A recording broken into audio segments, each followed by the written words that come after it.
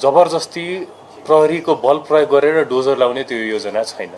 बाढी आउँदैछ, त्यसको लागि उहाँहरूको सेफ हुनुहोस् भनेर चाहिँ हामीले स्थानान्तरणमा गरेको अहिले। सर्वप्रथम त हाम्रो पार्टीको सुरुमा प्रतिबद्धता पत्रमा हाम्रोमा भएका कुराहरू, बाचापत्रमा भएका कुराहरू, सरकारले ल्याएको कार्ययोजनामा भएका कुराहरू, अहिलेको हाम्रो सरकारको निर्णयहरू हामी त्यसमा एकदम प्रतिबद्ध छौँ। वास्तवमा हामीले 3टा सुकुम्बासी बस्तीहरू विगतमा जहाँ चाहिँ बाढी आउने हामीले चाहिँ देखिरहेका थियौँ। विपद भएपछि बाढी आउने र बाढी आएपछि आफ्नो सहर सामान सबै छोडेर चाहिँ ज्यान बचाउन भाग्नुपर्ने अवस्था यसभन्दा अगाडि विभिन्न वर्षमा आएका थिए। अब पनि बर्खा लाग्ने समय आउँदैछ। हामीले पहिलो कुरा त जबरजस्ती प्रहरीको बल प्रयोग गरेर डोजर लाउने त्यो योजना छैन। हामीले चाहिँ उहाँहरूलाई रिक्वेस्ट गरेर उहाँहरूलाई चाहिँ सेफ ठाउँमा चाहिँ त्यताबाट सार्नको लागि सरकारले चाहिँ अगाडि बढाइरहेको हो। र हामीले यसभन्दा अगाडि पनि हेर्दाखेरि विपद आउँछ भनेर हामीलाई पहिलादेखि नै थाहा छ, तर पूर्व तयारी हाम्रो कहिले पनि हुँदैन। हामीले एक किसिमको यो अहिलेको स्थानान्तरण भनेको चाहिँ त्यसको लागि पूर्व तयारीको विषयको लागि चाहिँ उहाँहरूलाई नै अलिकति सेफ होस् भनेर हामीले त्यहाँबाट स्थानान्तरण मात्र गर्न खोजेका हौँ। आजको दिनसम्म सुकुम्बासी बस्तीमा धेरै राजनीतिहरू हुँदै गयो। हामी त राजनीति गर्ने पक्षमा छैनौँ। उहाँहरूकोलाई चाहिँ कसरी हामीले चाहिँ सेफली स्थानान्तरण गर्न सक्छौँ त्यो विषयमा हामी एकदमै संवेदनशील छौँ। र अहिले जुन बस्तीहरूमा चाहिँ हामीले स्थानान्तरणको लागि कदम चालिरहेका छौँ, त्योभन्दा बाहेक पनि नेपालका धेरै ठाउँहरूमा सुकुम्बासी बस्तीहरू छन्। हामी सबै सुकुम्बासी बस्तीहरूको चाहिँ दीर्घकालीन समस्याको समाधानको लागि सरकार अघि बढेको छ। त्यो दीर्घकालीन समाधान हुन्छ पनि।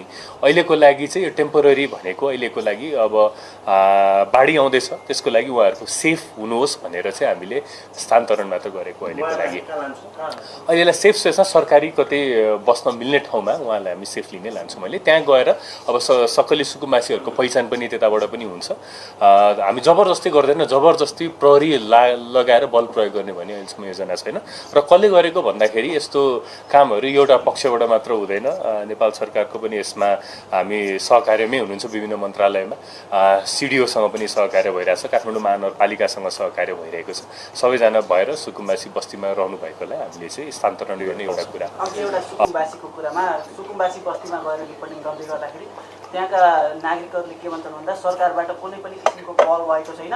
भोलि बिहान डोजर लिएर आउँछौँ भन्नुभएको छ, माइकिङ गर्नुभएको छ। अब हामीलाई कहाँ लैजानुहुन्छ, हामीले अब यो सामान कहाँ लिएर जाने भन्दै हुनुहुन्छ। त्यो त मैले भनिसकेँ। त्यो त उहाँहरूलाई बाढी आएर उहाँहरूको सामान बगाउनु भन्दा त सरकारले उहाँहरूसँग मिलेर नै स्थानान्तरण गर्न उहाँहरूको लागि पनि राम्रो हुन्छ। र सरकारको लागि पनि पछि बाढी आइसकेपछि इमर्जेन्सी तरिकाबाट उद्धार गर्नुभन्दा अहिलेदेखि नै पूर्व तयारी गरेर उद्धार गर्नु राम्रो हो नि त। त्यसले गर्दाखेरि मैले भनिहालेँ अघि। एउटा कुरा के भन्नुहुन्छ भन्दाखेरि भोलि बिहान डोजर आउँदैछ, आज सामान लिएर होइन, त्यस्तो होइन। त्यो बल प्रयोग गरेर उहाँलाई जबरजस्ती हटाइँदैन।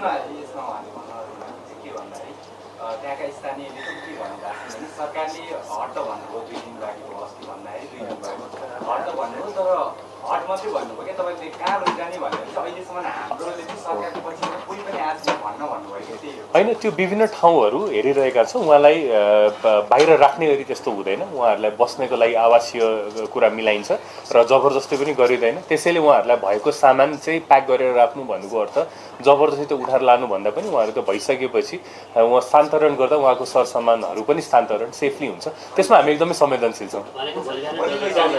त्यो आवश्यक गृह कार्य पुरा भइसकेपछि हुन्छ।